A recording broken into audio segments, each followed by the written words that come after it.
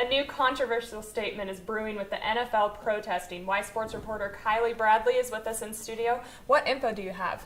Well, I had the chance to sit down with former BYU cornerback Brandon Bradley, and as you'll see, he gives us the chance to view the protesting through the eyes of an African American. Lando Castile did not threaten the officer. The 37-year-old man was shot to death. A shot to the heart, ending the life of Trayvon Martin. It's very, very frightening. Colin Kaepernick started a movement to be a voice for those who don't have one. It was moving to me to see someone who was willing to put everything that they have worked their entire lives for on the line for something bigger than them. He's standing for the injustices that African Americans face in this country.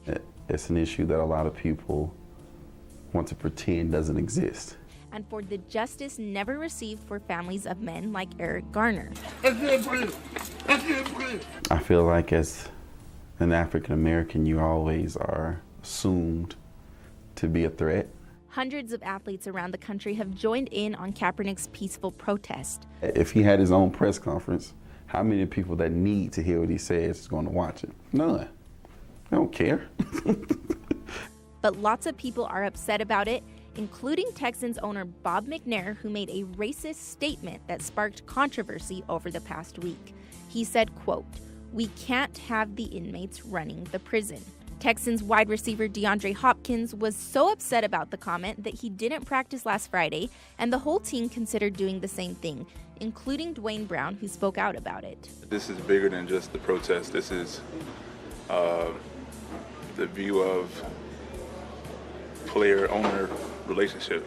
Dwayne says he isn't surprised by what was said, and neither is Brandon. It's one of those things that I don't think is shocking to a lot of people who are African American, because that thought process is not different than anything that we've experienced or have heard or been told before.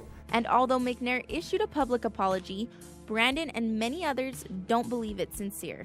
The NAACP also commented on the controversy. When the employer responds by calling them inmates in a prison, he not only shows why the protests are needed, he shows that he hasn't even thought about the meaning behind the protests. Anti-protesters believe the meaning is disrespectful to our country. Their kneeling is not against the flag. It's not against the soldiers who fought and protect this country. Kaepernick says one reason is so justice will come for the African Americans like Eric Garner who are being murdered unjustly. According to the Census Bureau, African Americans only make up about 12% of the U.S. population.